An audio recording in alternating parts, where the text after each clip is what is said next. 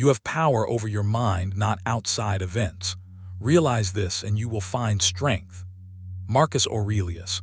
What if I told you that the people who manipulate you most aren't powerful at all? They're just loud, reactive, and desperate for control. And that with a few quiet shifts in how you think, you could become almost impossible to manipulate. Most people imagine manipulation as something obvious. Guilt trips, anger, pressure. But the most dangerous manipulation is subtle. It's the passive comments, the emotional hooks, the moments where you walk away feeling confused, drained, or doubting yourself without knowing why. The Stoics understood this centuries ago. They knew that manipulators don't win by force. They win by hijacking your emotions, your reactions, and your need for approval. And instead of fighting back, Stoics did something far more effective. They became mentally unreachable. In this video, you'll learn 9 subtle Stoic strategies that don't rely on confrontation, aggression, or proving a point. These are quiet advantages, psychological blind spots, ways of thinking that cause manipulators to lose interest because there's nothing left to grab onto. Watch this video till the very end because the final insight ties everything together. And once you see it, you'll never respond to manipulation the same way again. Number 1, they stay emotionally neutral under provocation. When you stay emotionally neutral under provocation, you take away the manipulator's favorite weapon. They want a reaction. They feed on shifts in your tone, tension in your body, the heat in your words. The Stoic move is to refuse to play that game, not by suppressing emotion in a brittle, unhealthy way, but by choosing not to hand the steering wheel of your inner state to someone else. This is where real power begins. You start to realize that most provocations are invitations, not obligations. You don't have to accept them. The moment you stop reacting automatically, you create space. And in that space, you get to decide who you are going to be next. You're not neutral because you're weak or passive. You're neutral because you're disciplined. Marcus Aurelius wrote, "You have power over your mind, not outside events. Realize this and you will find strength." Read that again slowly.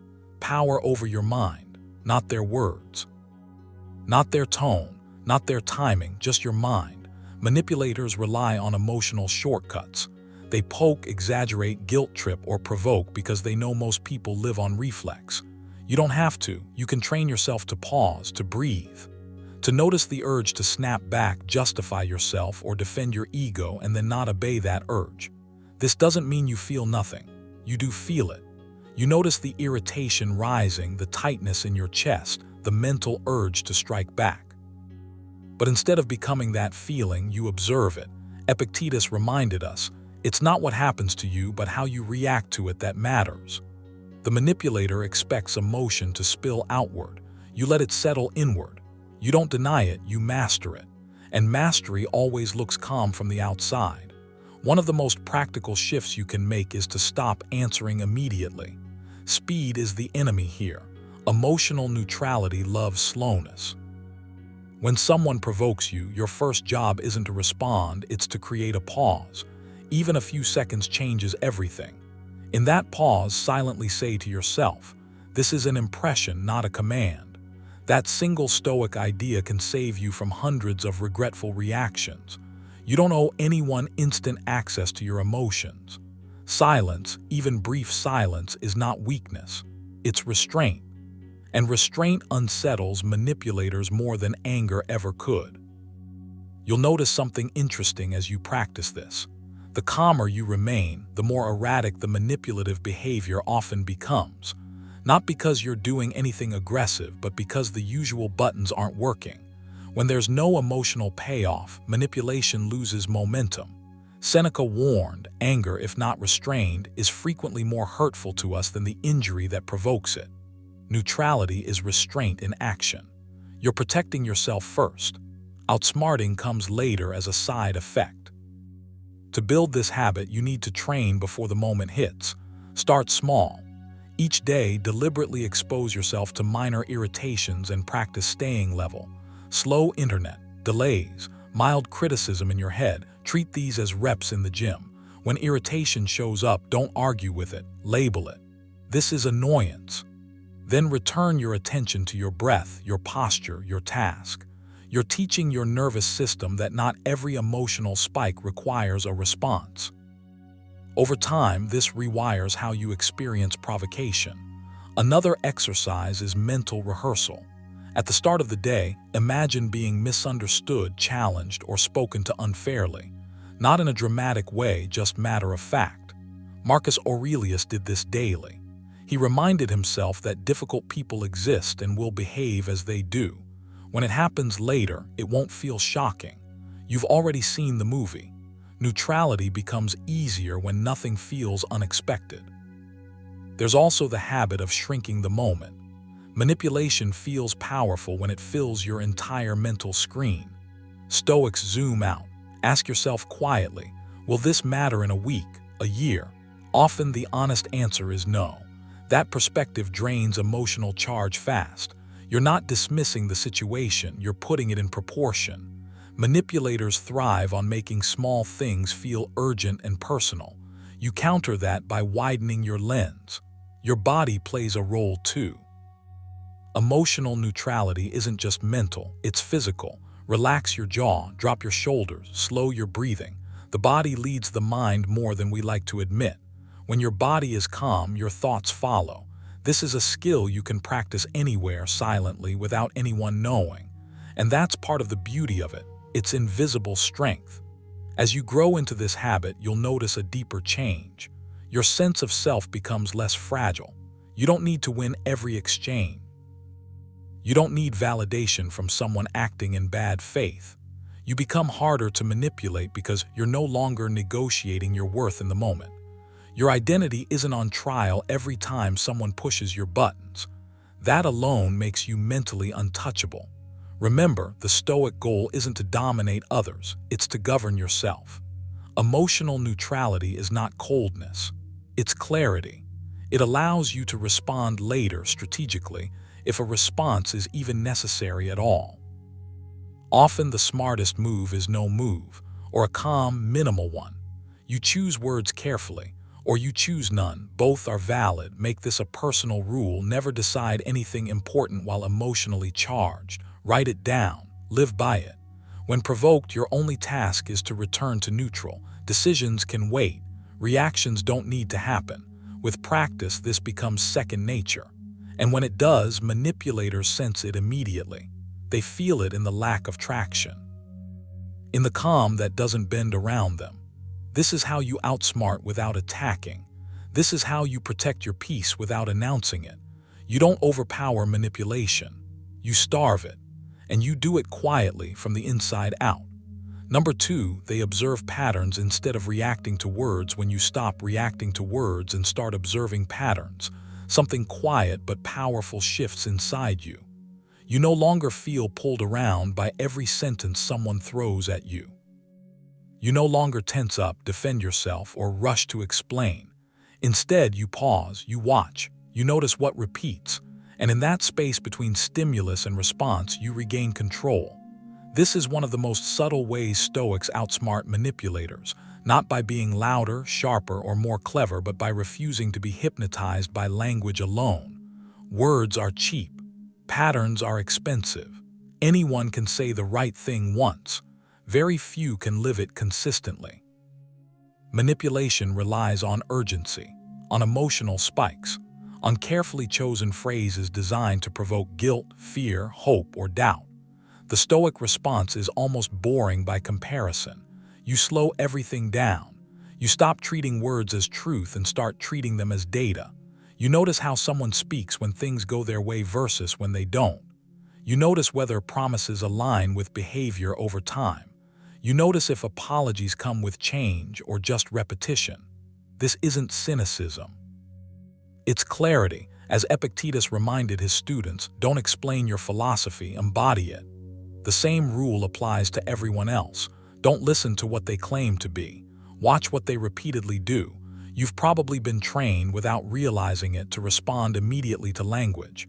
Someone says something emotionally charged and you feel the need to reply, to correct, to defend, to soothe.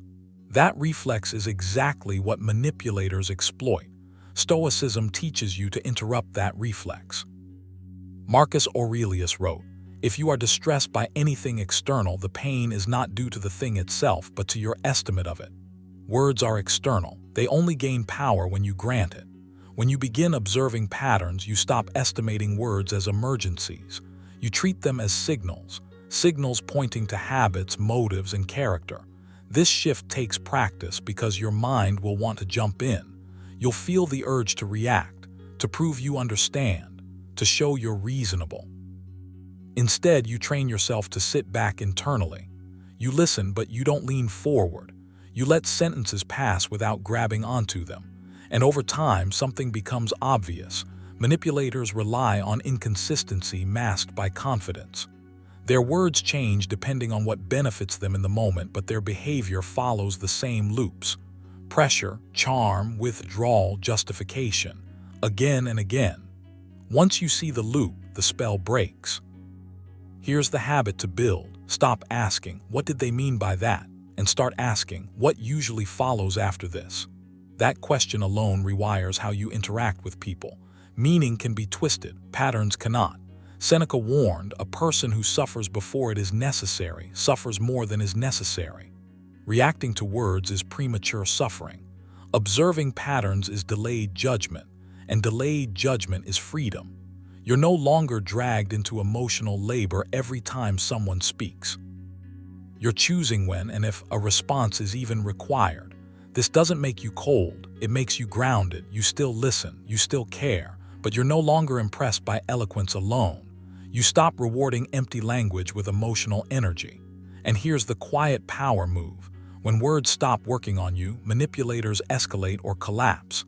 Either way, the truth reveals itself without you saying a single confrontational sentence. Stoics understood this deeply. They believed character is fate. Patterns are character made visible. To apply this, start with a simple daily exercise. At the end of the day, replay one interaction in your mind, not to judge it, but to study it. Ask yourself, what was said and what has been done consistently before in similar moments? Not once, not twice, repeatedly. Write it down if you can, not emotionally, factually. Over time, you'll build an internal record that's far more reliable than memory colored by emotion. Marcus Aurelius kept a journal not to vent, but to clarify. You're doing the same. Another practice, delay your responses, not forever, just enough to break the automatic cycle. When someone says something that pushes a button, give yourself space before replying, even internally. Remind yourself, words are air until behavior gives them weight.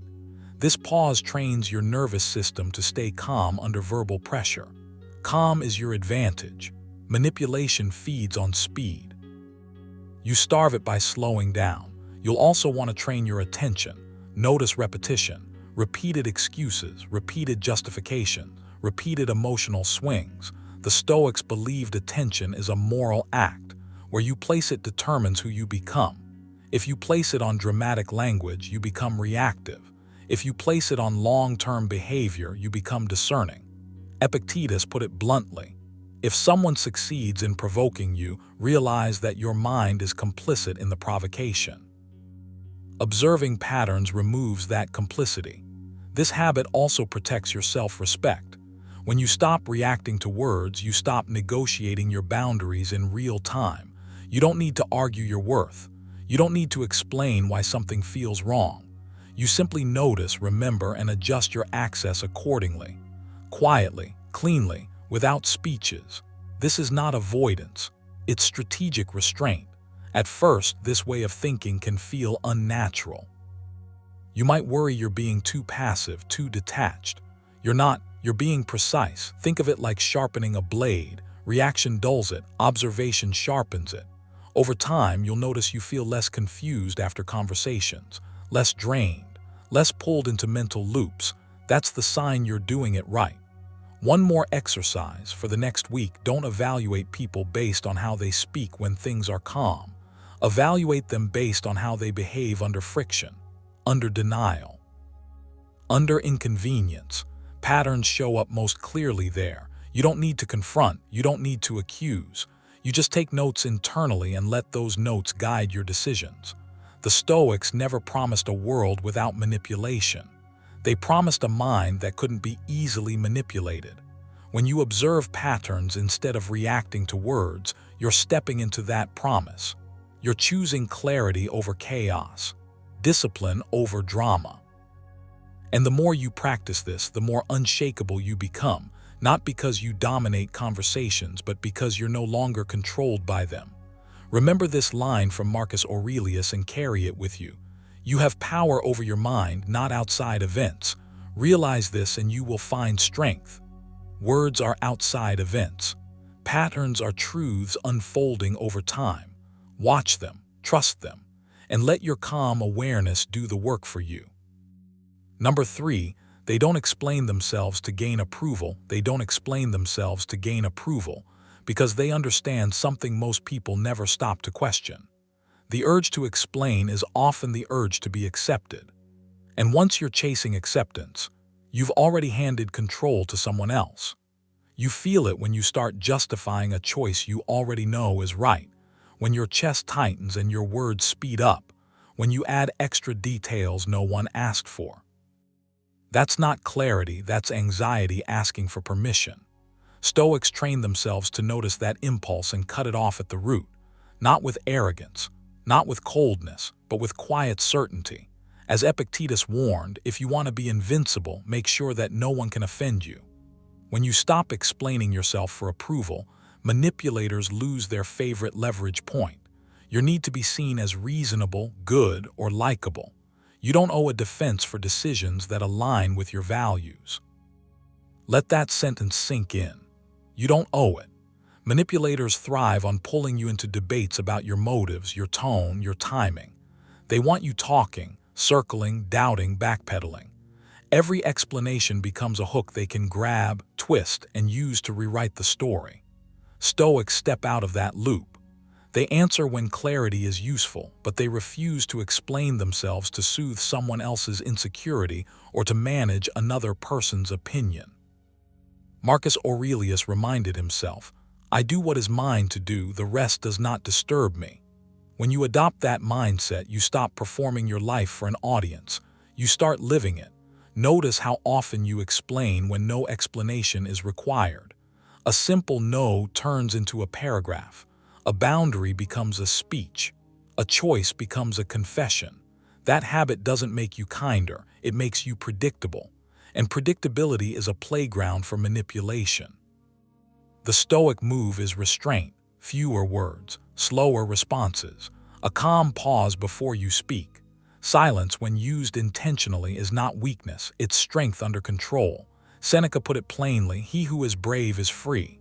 Brave enough to be misunderstood. Brave enough to let others think what they will. Brave enough to stand without applause. This doesn't mean you become distant or uncommunicative. It means you speak from principle, not from fear.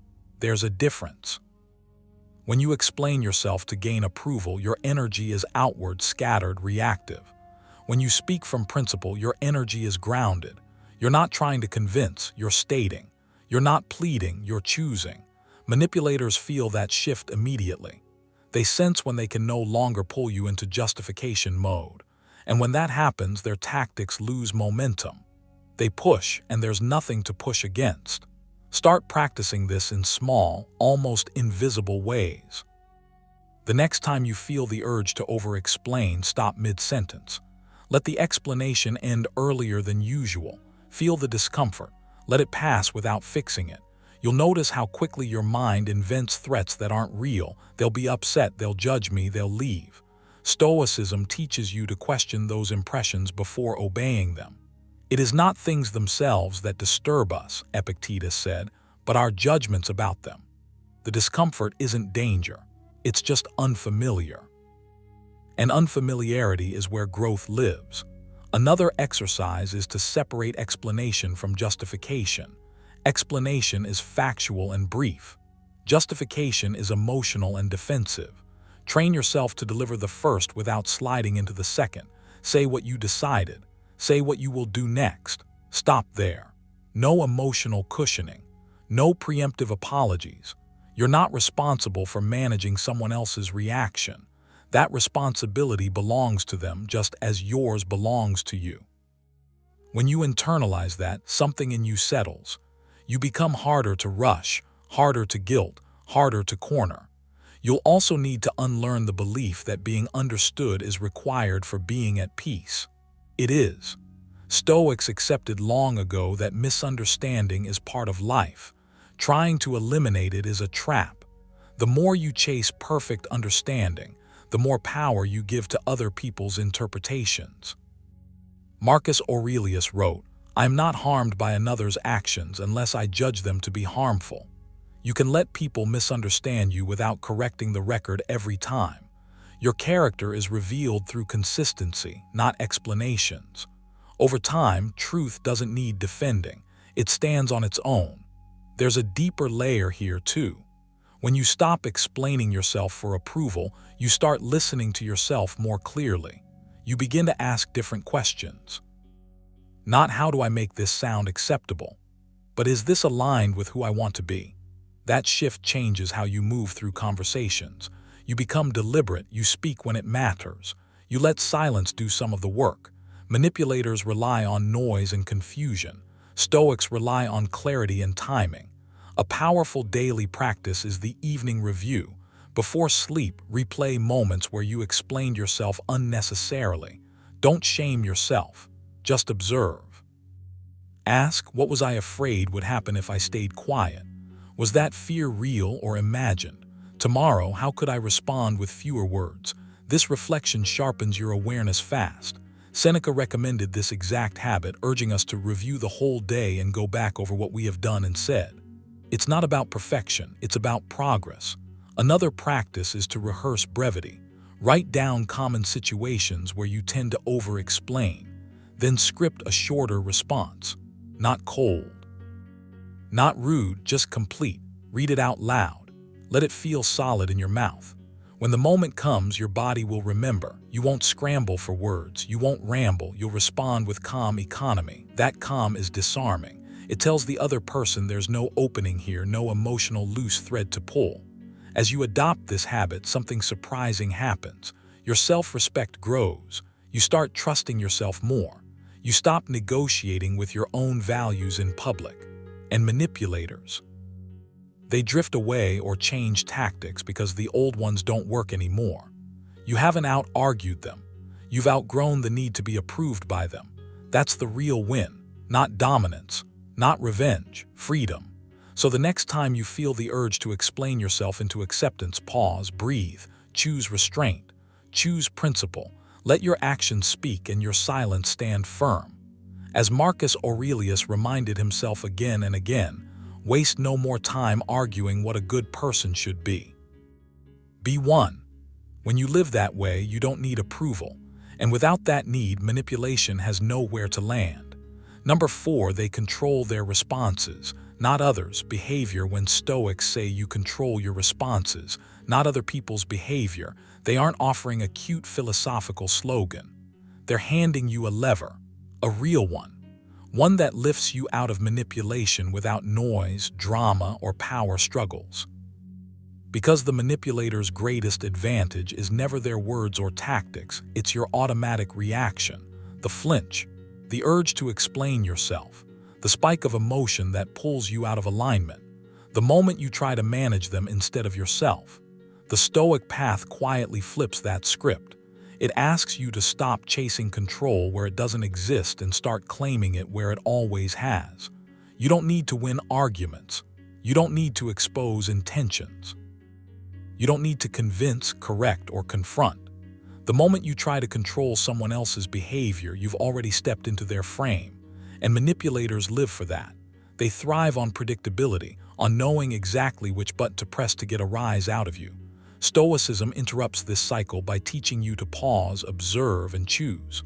Marcus Aurelius reminded himself, "You have power over your mind, not outside events. Realize this and you will find strength." That strength isn't loud. It doesn't announce itself. It shows up as restraint, as space between stimulus and response, as the calm decision not to dance when the strings are pulled. Here's the shift you're being asked to make. Stop asking, how do I make them stop? And start asking, how do I stay sovereign? Because when you master your response, manipulation loses oxygen. It starves. If someone provokes you and you don't rush to defend, they lose leverage. If someone tries to guilt you and you don't explain yourself, the tactic collapses. If someone attempts to rush your decisions and you slow down instead, you quietly reclaim the upper hand. Epictetus was blunt about this. If you want to improve, be content to be thought foolish and stupid. Translation: let go of the need to react in ways that protect your image. Manipulators exploit that need relentlessly. When you stop feeding it, they're left with nothing to work with. This doesn't mean becoming cold or robotic. It means becoming intentional. You still feel things, you just don't let feelings run the show. You don't outsource your inner state to someone else's behavior. Think about how often your mood shifts because of something external: words, tone, silence, approval, disapproval. Stoicism invites you to take that power back, not by suppression but by clarity. You notice the emotional surge, you acknowledge it, and then you decide what kind of person you're going to be next. That decision is your shield.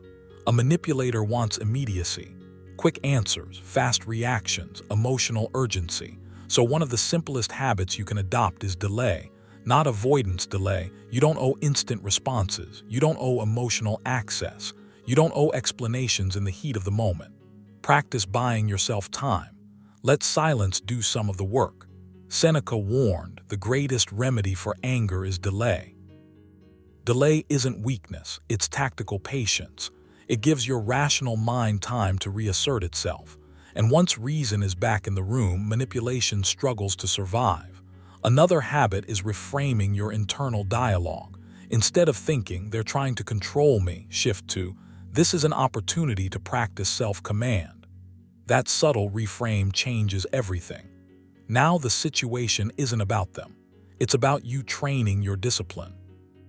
Every attempt to manipulate becomes resistance training for your character. Every provocation becomes a test you're prepared to pass. This mindset drains emotional charge from the interaction. You're no longer a pawn reacting on instinct. You're a strategist refining your composure. Here's a practical exercise you can start today. At the end of each day, replay one moment where you felt pulled emotionally, annoyed, pressured, unsettled. Don't judge it, just observe it. Ask yourself, what was in my control here? What was? Then ask a harder question: did my response move me closer to the person I want to be? This nightly reflection was a staple of Stoic practice. It sharpens awareness. Over time, you'll catch yourself sooner. You'll pause faster. You'll choose better. Another exercise is response rehearsal. Before entering situations where manipulation might occur, decide your default behaviors, not scripts, principles. I will not argue when provoked. I will not explain myself under pressure. I will keep my tone steady. When the moment comes, you're not improvising under stress. You're executing a plan. This alone puts you several steps ahead. Manipulators rely on chaos. Preparation brings order. You'll also need to get comfortable with discomfort.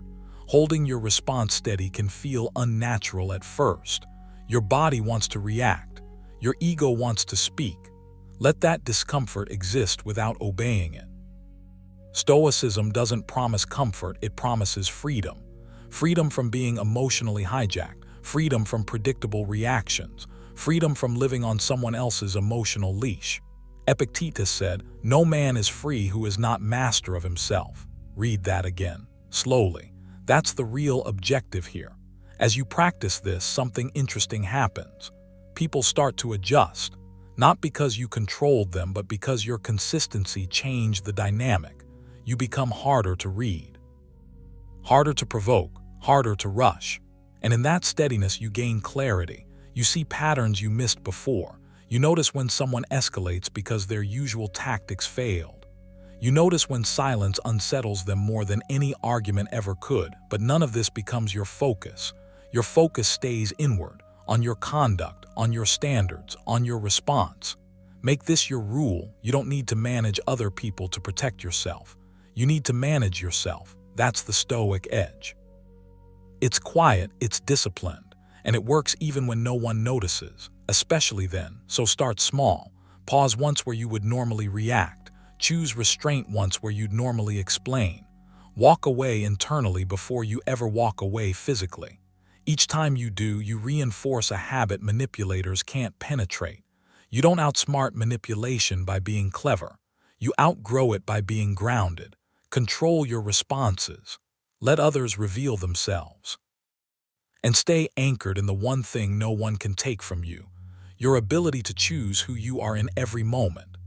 Number 5, they set quiet, non-negotiable boundaries. They set quiet, non-negotiable boundaries because you don't win against manipulators by explaining yourself better, arguing harder, or proving your worth. You win by deciding, once, internally, what you will and will not tolerate, and then living from that decision without noise. This is where Stoicism becomes less philosophy and more personal power. Not loud power, not aggressive power, the kind of power that doesn't announce itself because it doesn't need approval.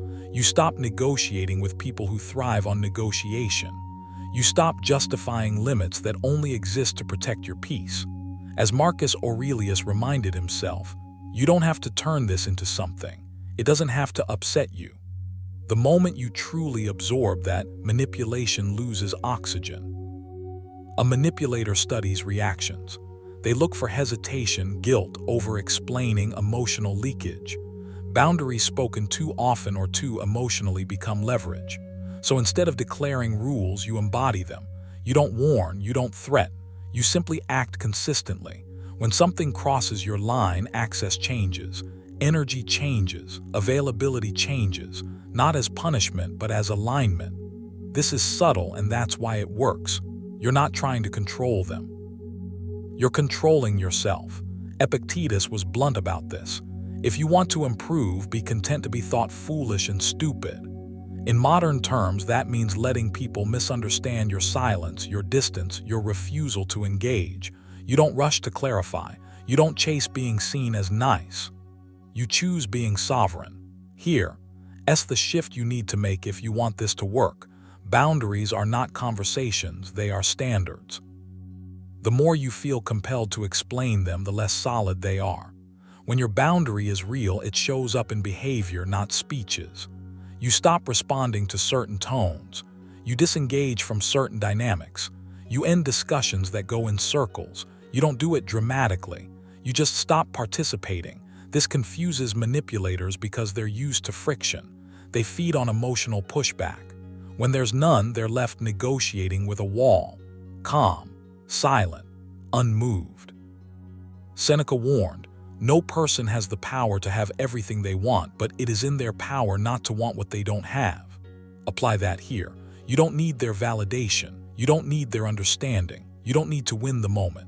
This is where most people fail. They wait for permission to set boundaries. They wait until they're angry enough, hurt enough, exhausted enough. Stoics decide ahead of time. You decide your standards when you're calm, not when you're triggered. That's what makes them non-negotiable. You already know what behavior costs someone access to you. You already know what conversations you will no longer entertain. So when the moment arrives, you don't debate internally. You act. And because you act without emotional charge, it lands harder. Manipulators sense emotional neutrality as danger.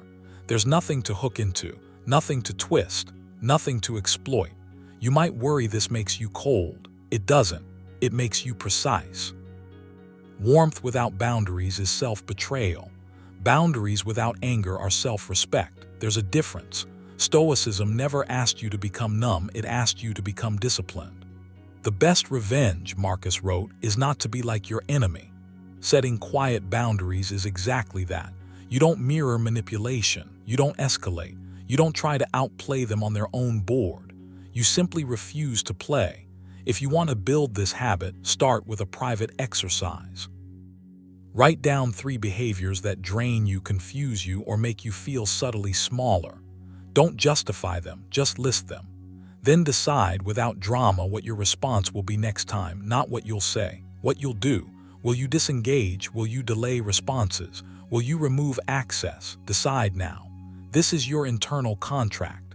Stoics believed character was built in advance, not improvised under pressure. Another practice: train yourself to pause. Manipulators rely on speed, fast replies, emotional urgency, manufactured crises. You don't owe anyone immediacy. Practice waiting before responding to anything that triggers you. Minutes at first, then hours, then days. In that space, ask yourself a Stoic question: is this within my control? If it isn't, your boundary is emotional distance. If it is, your boundary is decisive action. Either way, clarity replaces reactivity. You'll notice something interesting when you do this consistently. People begin to adjust without being told. The ones who respect you adapt. The ones who don't reveal themselves faster. Both outcomes are wins. Epictetus again. First say to yourself what you would be, and then do what you have to do. You are not here to manage other people's behavior. You are here to live in accordance with your values. That's it. The hardest part is enduring the discomfort of not explaining yourself. Your mind will itch to clarify, to soften the edge, to make sure you're not misunderstood. Let that itch pass. Silence is not avoidance when it's intentional. Distance is not cruelty when it's clean. You're not ghosting, you're guarding. And the more calmly you do it, the more unshakable you become. Adopt this as a daily discipline. At the end of the day, reflect briefly. Where did I compromise a boundary today? Where did I hold one without drama? No self-attack, just awareness. Stoics didn't aim for perfection. They aimed for progress. Each time you choose quiet firmness over emotional reaction, you train your nervous system to stay sovereign under pressure. In the end, manipulators aren't outsmarted by clever words. They're outgrown by clarity. When your boundaries are quiet and non-negotiable, there's nothing for them to push against. And when there's nothing to push against, they move on. You stay calm, grounded, untouchable. Number 6, they detach from praise and insults equally. When you stop letting praise lift you up and insults drag you down, something quietly powerful happens inside you. You become harder to steer. Manipulators thrive on emotional leverage. They watch your reactions, measure your hunger for approval, and poke at your fear of rejection. The moment you learn to detach from both applause and criticism, that leverage disappears. You're no longer dancing to someone else's rhythm. You're moving to your own. And that shift, while subtle on the outside, changes everything on the inside. Most people say they don't care what others think, but their nervous system tells a different story. A compliment makes them lighter, more eager, more agreeable. An insult makes them tense, defensive, or desperate to explain themselves. Stoicism doesn't ask you to become cold or indifferent. It asks you to become anchored. Marcus Aurelius wrote, "If you are distressed by anything external, the pain is not due to the thing itself, but to your estimate of it." Read that slowly. The praise isn't the power. The insult isn't the power. Your interpretation is.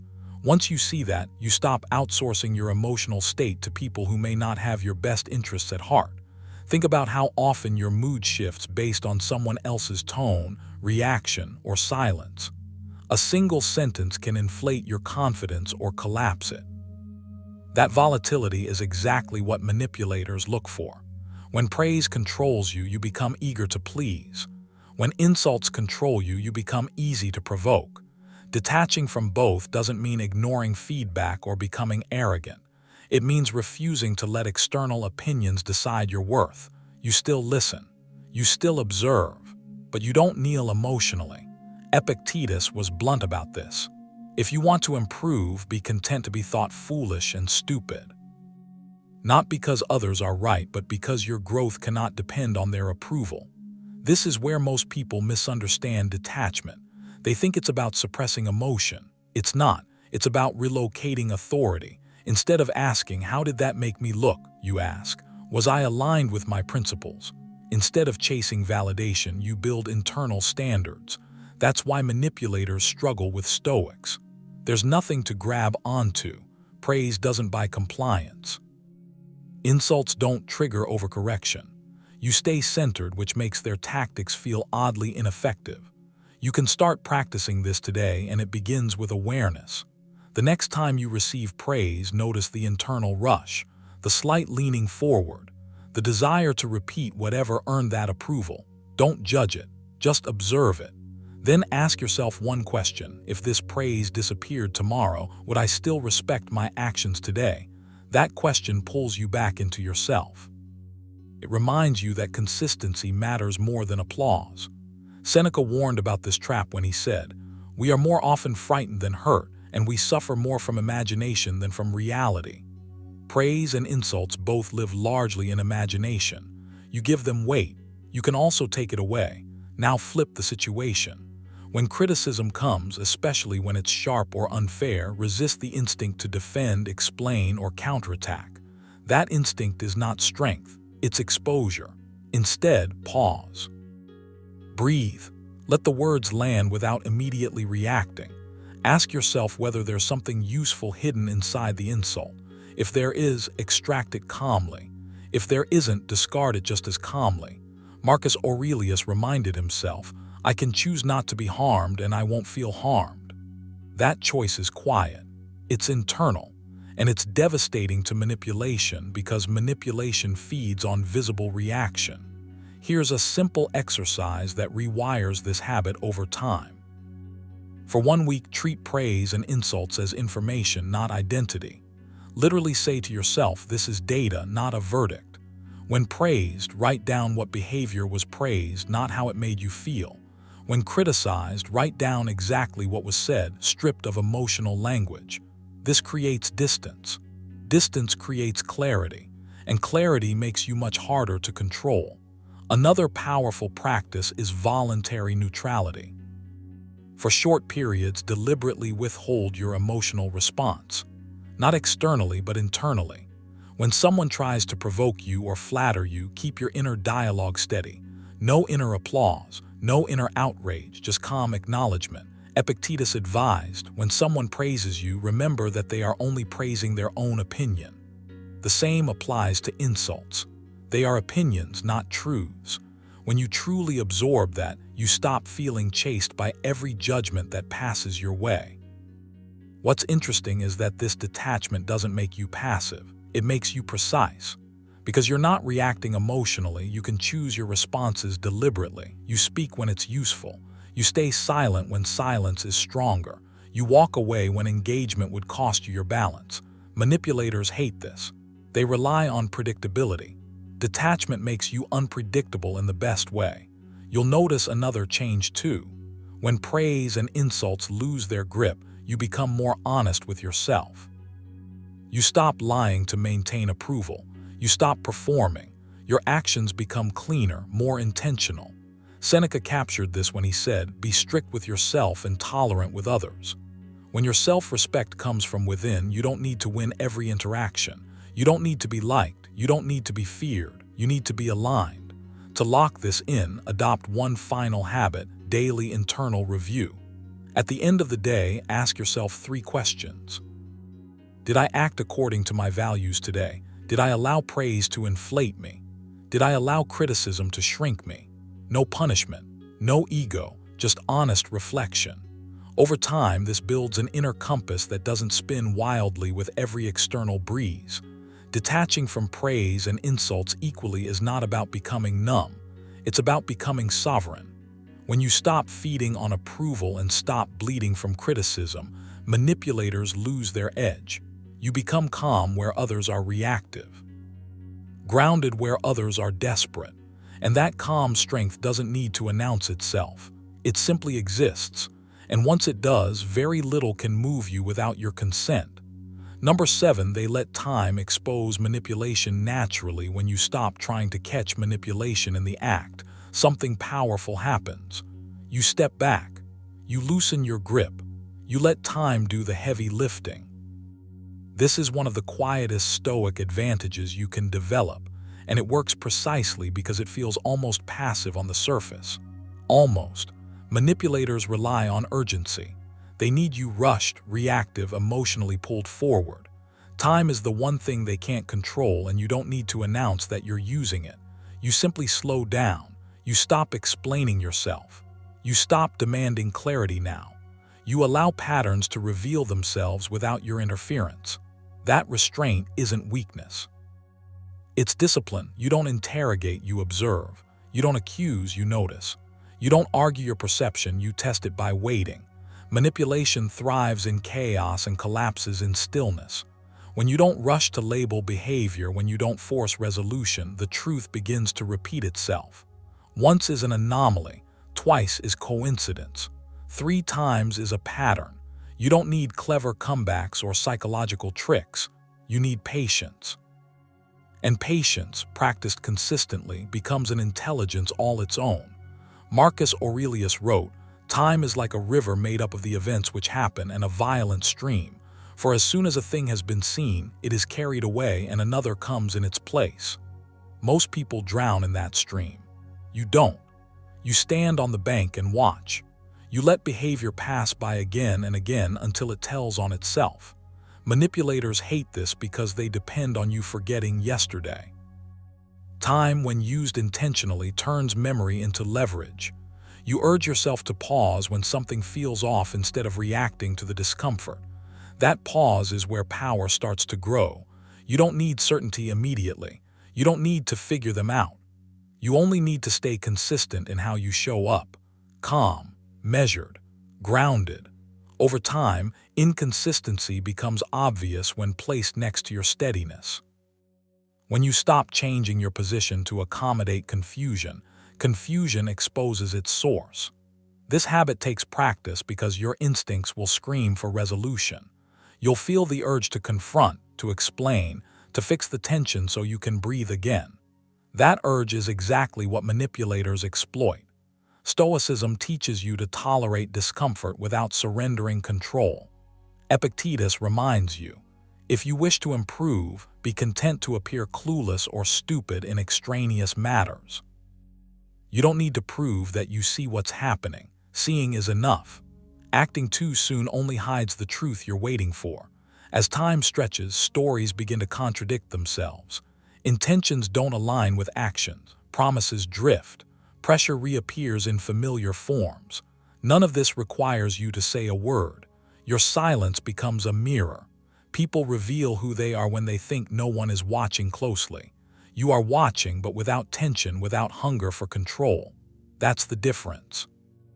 This isn't about being cold. It's about being selective with your energy. You choose not to burn it on emotional firefighting. You invest it in awareness. Awareness compounds. The longer you hold your position, the clearer everything becomes. Seneca warned, "No man is more unhappy than he who never faces adversity, for he is not permitted to prove himself." This is you proving yourself quietly by not folding under pressure. To make this real, you need habits, not just insight. Start by delaying responses, not ignoring, delaying. When something triggers you, give yourself a full day before responding. Notice how often urgency fades when time enters the room. Another practice, write down behaviors, not interpretations, just what happened, no story. Over time, reread what you've written. Patterns will jump out at you without effort. That's time exposing what emotion tried to obscure. Train yourself to replace "why is this happening?" with "what keeps repeating." That shift alone changes everything. Manipulation hides in explanations. Truth lives in repetition. You don't chase reasons, you watch rhythms. And once you see them, you can't unsee them. There's also a deeper layer here. When you let time expose manipulation, you're also strengthening your self-trust. You stop outsourcing your judgment to emotional spikes. You stop doubting your perception just because it isn't dramatic. Calm clarity becomes your default. You're no longer easily gaslit because you're anchored in observation, not reaction. Marcus Aurelius said, "You have power over your mind, not outside events. Realize this and you will find strength." Time is how you exercise that power. You'll notice something else too. As you stop reacting, manipulators often escalate. They push harder. They repeat tactics with more intensity. That escalation is information. You don't punish it. You don't confront it. You log it mentally and continue as before. Consistency is your shield. Time is your ally.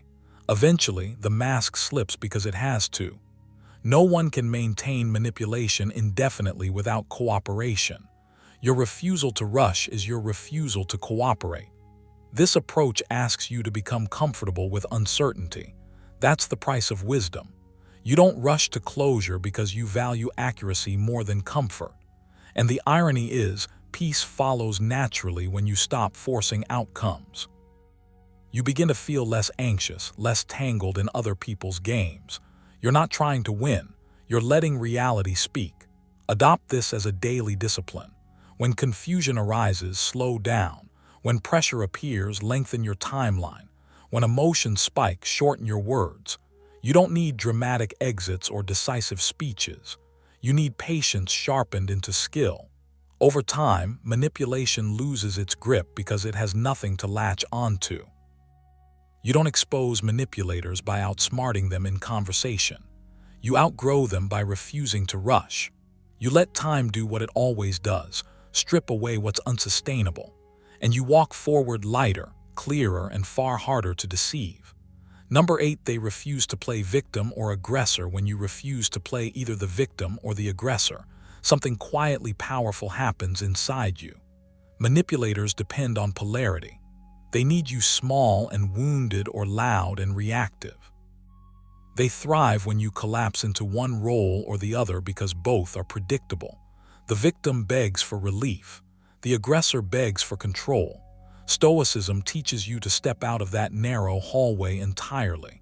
You don't deny what happened and you don't dramatize it either. You simply decide that your inner state is not up for negotiation. As Epictetus put it, it's not what happens to you, but how you react to it that matters.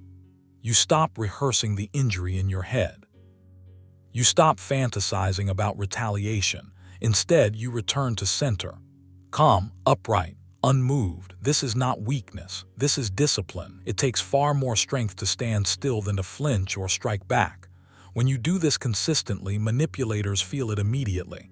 There's nothing to hook into. No exaggerated pain to exploit. No rage to provoke. You become opaque.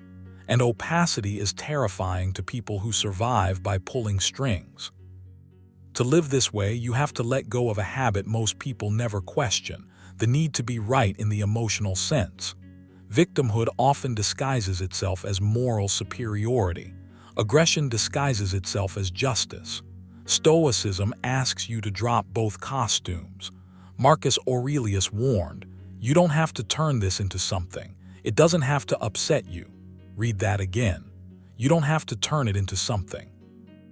That means you don't need a story where you were ruined, nor one where you became the avenger. You don't need to win the emotional courtroom. You only need to govern yourself. When you stop narrating your life through blame or dominance, you free up an enormous amount of energy. That energy can finally be used to sharpen your judgment, strengthen your routines, and align your actions with your values. Manipulators hate this because they rely on your emotional noise. When that noise fades, their influence evaporates. Start practicing this by catching the moment you feel pulled to complain internally or to lash out mentally. Pause. Name the impulse. Then release it, not suppress it. Release it. Let it pass like weather. There's a subtle confidence that grows when you refuse these roles. It's quiet, but it's unmistakable. You begin to move through interactions without the need to defend your identity. You don't rush to explain yourself. You don't rush to accuse. You listen without absorbing poison. You respond without leaking emotion. Seneca said, "The greatest remedy for anger is delay." Delay doesn't mean avoidance. It means you allow space between stimulus and response.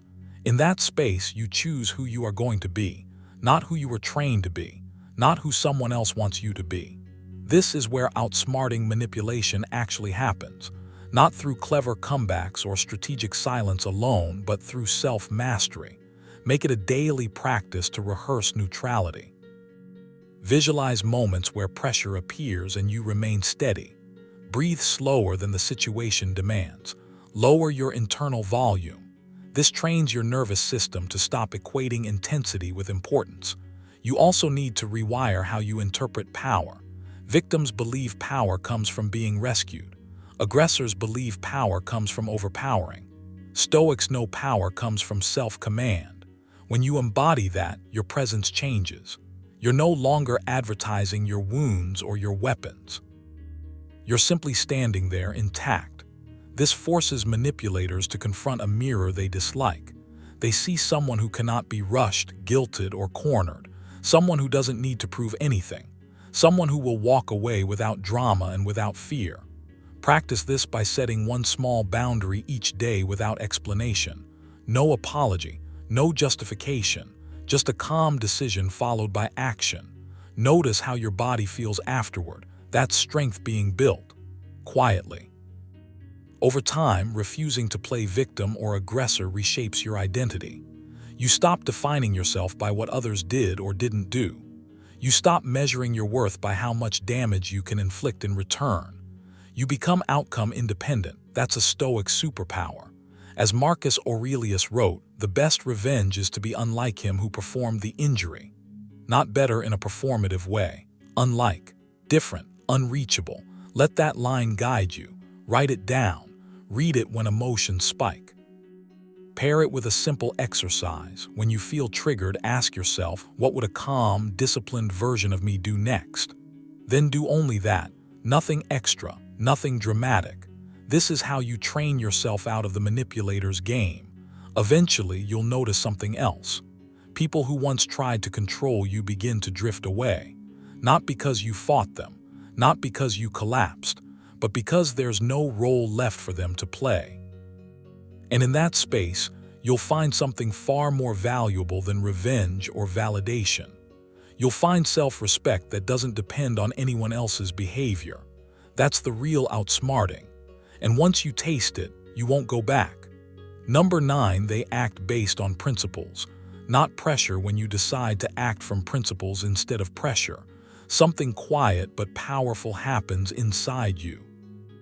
Manipulators thrive on urgency, on emotional fog, on that subtle squeeze that makes you doubt yourself and rush to please. They don't need control if you hand it over willingly. Stoicism teaches you to stop doing that. Not through aggression, not through clever tricks, but by anchoring yourself so deeply to what you stand for that outside forces simply can't move you anymore. This is where the outsmarting happens. Not because you outplay them, but because you're no longer playing their game at all. Pressure works only when you're unclear. When you haven't decided who you are or what you value, any strong voice can temporarily replace your own. Stoics saw this clearly. Epictetus warned that if you hand your mind to other people, you become their servant. That's not poetic exaggeration. It's a practical warning.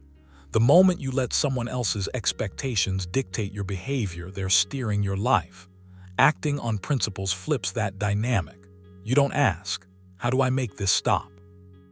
You ask, what kind of person do I choose to be right now? That question alone dissolves manipulation. You feel pressure as a physical thing, tight chest, quickened thoughts, that urge to explain yourself, justify, soften, bend. Stoicism doesn't tell you to suppress that feeling. It tells you to pause long enough to see it clearly. Marcus Aurelius reminded himself that external events don't disturb us. Our judgments about them do. When you slow down and notice the pressure without obeying it, you create space. And in that space, principles speak louder than fear. You stop reacting. You start choosing. Principles are simple, but they aren't easy. Honesty, self-respect, fairness, discipline, integrity. These aren't abstract ideals. They're daily filters. When pressure comes, you run the situation through those filters instead of through emotion. Does this align with who I want to be? Does this require me to betray my values to keep the peace? Does agreeing here cost me my self-respect later? Manipulators hate this process because it removes their leverage. They want instinct. You give them intention. This is why Stoics emphasized internal standards over external approval. Seneca wrote that the one who depends on the opinions of others lives in anxiety. Read that again. If your sense of right and wrong shifts based on who's watching, you are easy to move. But when your standards are internal, pressure loses its teeth. Disapproval may sting, but it doesn't control you. Urgency may shout, but it doesn't decide for you. You act when it's right, not when it's demanded. Here's the subtle part most people miss. Acting on principles doesn't mean becoming rigid or cold. It means becoming consistent. Manipulation often works because you are predictable emotionally but inconsistent morally. Sometimes you tolerate things you shouldn't.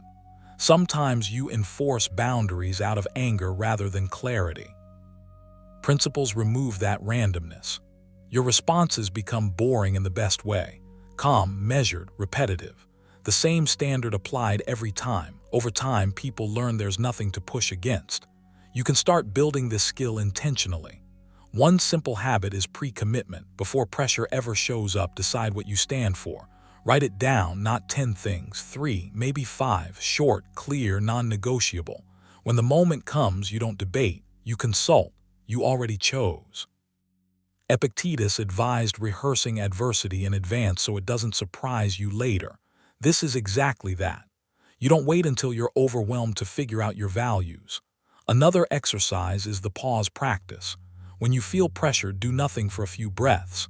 No explaining, no defending, no immediate yes or no. Just breathe and ask yourself, what response would I respect tomorrow?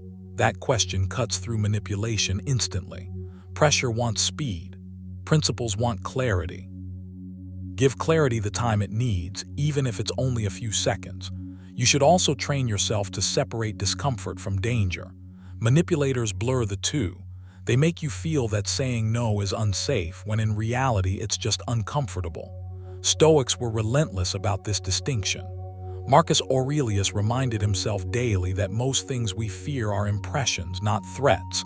Practice sitting with the discomfort of not pleasing. Let it rise. Let it peak.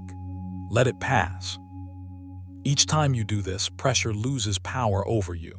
A powerful journaling exercise is the evening review. At the end of the day, ask yourself where you acted from principle and where you acted from pressure. No shame, no drama, just observation. Seneca recommended this exact practice to strengthen moral awareness. Over time, patterns emerge. You'll see where you cave, where you rush, where you overexplain. Awareness is the beginning of freedom. You can't correct what you refuse to see. Acting on principles also changes how you speak. You stop over-justifying. You stop apologizing for decisions that align with your values. Your words become shorter, calmer, firmer, not aggressive, grounded. Manipulation feeds on emotional leakage. When you remove that, conversations lose their hooks. You don't need to convince. You only need to decide. There's a quiet confidence that comes from this way of living. You feel it when you walk away from pressure without resentment. When you say no without hostility. When you hold your line without raising your voice. This is not dominance, it's self-command. And self-command is something manipulators cannot access or imitate. They rely on others to regulate their emotions. You regulate your own. The long-term reward is peace, real peace. Not the fragile piece of compliance, but the solid piece of alignment. When your actions match your principles, you don't replay conversations in your head. You don't second-guess yourself. You don't feel that low-grade tension that comes from self-betrayal. You sleep better, you move slower. You trust yourself more, and that trust becomes visible. Stoicism never promised an easy life. It promised a strong inner one. Acting based on principles instead of pressure is one of the clearest ways to build that strength. Start small. One pause, one boundary, one decision you don't rush. Each time you choose principle, you weaken manipulation's grip. Over time, it stops trying. And you realize something important. You didn't outsmart anyone. You simply stopped being movable. Manipulators rely on noise, urgency, and emotional reactions. Stoics win by doing the opposite. When you stop reacting, stop explaining, and stop needing validation, you quietly take back control. Not by force, but by clarity. Remember, the strongest position isn't dominance, it's independence. If this video helped you see manipulation more clearly, take one idea from today and practice it in silence this week. That's where real power grows. And if you want more Stoic wisdom on self-mastery, emotional control, and unshakable confidence, subscribe to the channel. Stay calm, Stay disciplined. Stay free.